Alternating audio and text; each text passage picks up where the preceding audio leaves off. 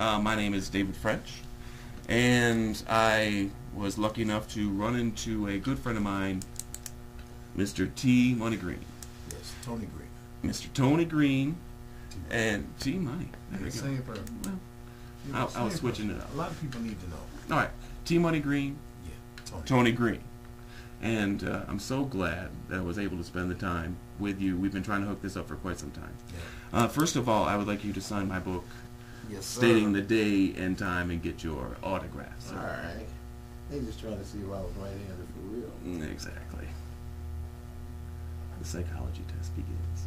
The date is March 25th, 2009. All right. Thank you very much, sir. All right. First question that I have. When and where were you born? When and where were you born? I was born September 22nd, Selfridge Air Force Base, Mm-hmm. Michigan, Mount Clemens, Michigan. Mm-hmm. And that's where I come from. I was one of those war brats. Mm-hmm. And my dad was in Vietnam from start to finish. So, yeah, that's where I was born. But Detroit is where we immediately moved, and I stayed. So this has been, Detroit area has been your home for pretty much your life. Yeah. This is what you know, and this is who you are. Yeah. But I also lived in L.A. for a long period of time, and I know it like the back of my head. We'll be getting to there as well. We're going to be going around the world, I have a feeling. Yes, we are. Detroit, that was We're it. just starting at the beginning to Yes, know we are. where we're coming from. Okay. What we need to know is what was your first inspiration for music? What brought you to music? You know, that's a extremely good question because I was raised. My mother remarried, and my stepfather was like one of the jazz greats back in the day. So Your grandfather was? my stepfather, Your stepfather was. So- And his name was? William Austin, the great one. That's what I call him. William Austin. So he's played with the symphony orchestra. I mean, the thing is, his rehearsals used to be in the basement. So Yusuf Lateef and Sonny Stitt and Gloria Lynn and Esther Phillips and all these people were the Funk Brothers, the Tribe, Marcus Belgrade's. All these guys were rehearsing in my basement. So we was watching that. Okay, I guess. Wow, that's since, enough for a whole story right there. Yeah. I've been watching that. I did not know. All of us, yeah. So we would get snuck to the 20 Grand, Mozambique, to see the different shows and stuff. So That's amazing. I started. It was a Fender bass sitting at home all the time, Mm-hmm. which was my dad's, but he played more upright Mm-hmm. because he was with Motown for a minute. But he said when he went to get paid, they brought the pimps in with the white girls and the cocaine. What year was that? 62-ish. 62. Somewhere The early around. years. Yeah. They were just early getting started. years. Oh yeah. Okay. So he said, and then when you would go to get paid, they say, "Well, wasn't you with that girl, Trixie?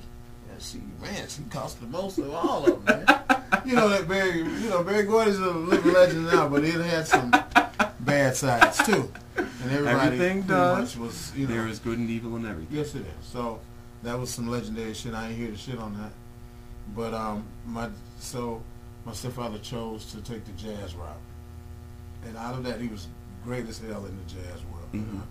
a sight reader and everything. So we always had problems because he's about doing it right, learning how to do it, and me, I just picked it up because it was sitting in the corner. Mm-hmm. And then it was a Band of Gypsies album with Jimi Hendrix. I know the they same are. color. Oh yes. Starburst. Oh yeah. See, my dad had a Starburst bass for the Mhm. Precision, and Mhm. Jimi Hendrix had the Starburst, that Stratocaster. Mm-hmm. And the thing is, Hendrix, the way he was holding it is the first time I seen that Fender really being held, and I thought that's how you hold it, and I didn't know it was upside down. So I'm playing it like that, and my dad, when he finally caught me, he was like, okay, what you doing playing my bass, first of all? And I was like, well, I kind of like playing. He was like, okay, well, you can play for a few minutes, but you've got it upside down. You have to turn it over if you're going to keep playing. And when I flipped it over to try to play it the other way, I knew me and him would have a problem for the rest of my life.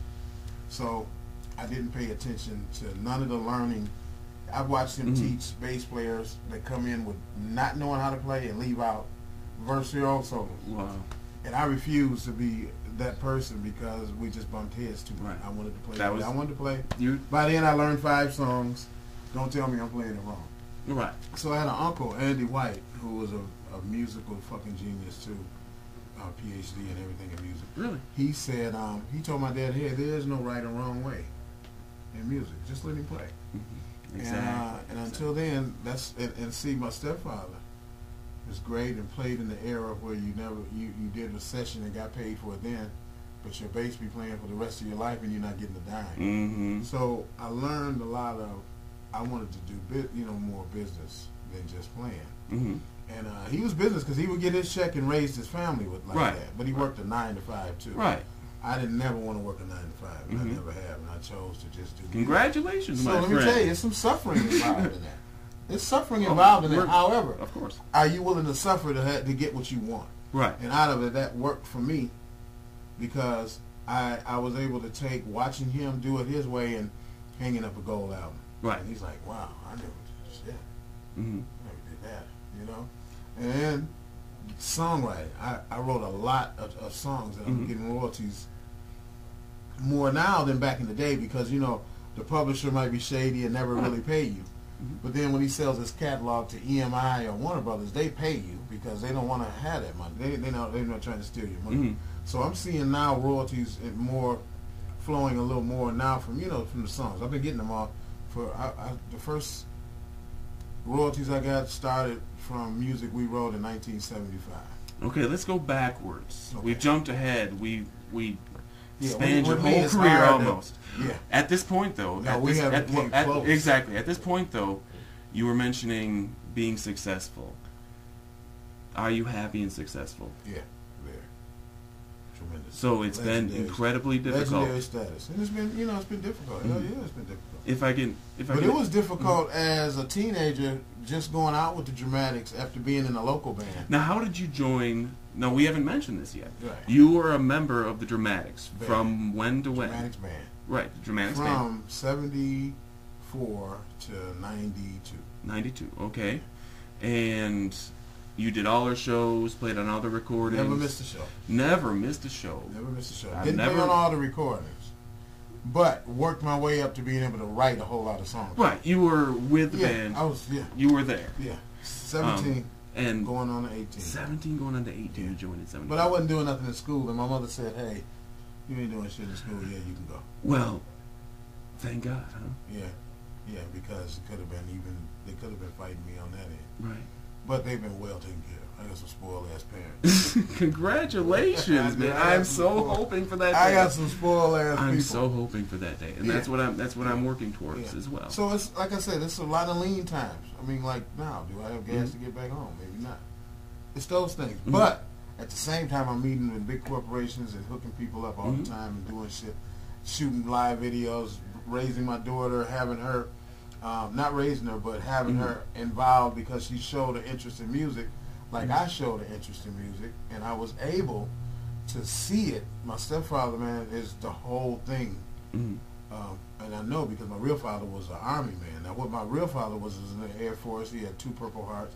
I mean, he was when I read a lot of the articles of things he done, it was on some famous shit. So I see where the music didn't come from him at all, but the way I like to treat people and the way I like to bring people and put people together came from the way my real father was. Here as a musician, I appreciate everybody, because at one time I was getting kicked out of bands all the time because I couldn't really play, or I didn't have an amp. I never had my own bass or amp because my family couldn't afford it. Right. You know what I mean? Mhm. And my uncle bought me a little cheap bass, and I had it. And then one day I had a keyboard player that was like, "Man, I got a Fender sitting at home. You can use that." And he let me use it. I used it for about 2 years, and then he gave it to me. And I Nice. got discovered by the Dramatics. So the Dramatics used to come in the club we were Mhm. playing at as teenagers. 14, 15 years old. You were playing that early. And this Yeah, is, and the clubs didn't care either. Now and that this I'm- is drinking clubs, right? Yeah, and I didn't think about it until now. However, we couldn't drink, and they would put us right in the dressing room Mhm. after. But you could actually play as a band with a chaperone, Uh-huh. and you just couldn't be drinking. Mm-hmm. And we Who was your chaperone? Do you remember? or somebody's parent. Okay. It depends. Mhm. Depends. One time it was my dad, Right. but it depended on whoever was Mhm. doing the thing. But we could play, and I mean we were better. I was way better as a kid than I am now. You just learn how to not have to do so much. I used to have to do everything in one solo back in the day. Right. And then as you right. grow up, you learn that I can hit 4 notes and turn it out. Right, you know that it's in between the Yeah. notes that the music. Yeah. So, man, just the fact that I was raised under it, and the fact that my break came early Mm-hmm. is why I say I'm happy today, because through school and high school I played all the talent shows. Mm-hmm. You know what I mean? In the stage band, jazz band, played Mhm. Moon River. Nice. And I loved Moon River. Oh, that's you a know what I great mean? Like, tune. can we play Moon River today? That's knowing good music. Right. What that is. You know what I mean? And then that was Mumford High School. I Nice. was going to Northwestern at first, right? Uh-huh. Where my dad got me with all his jazz friends were teachers. Mm.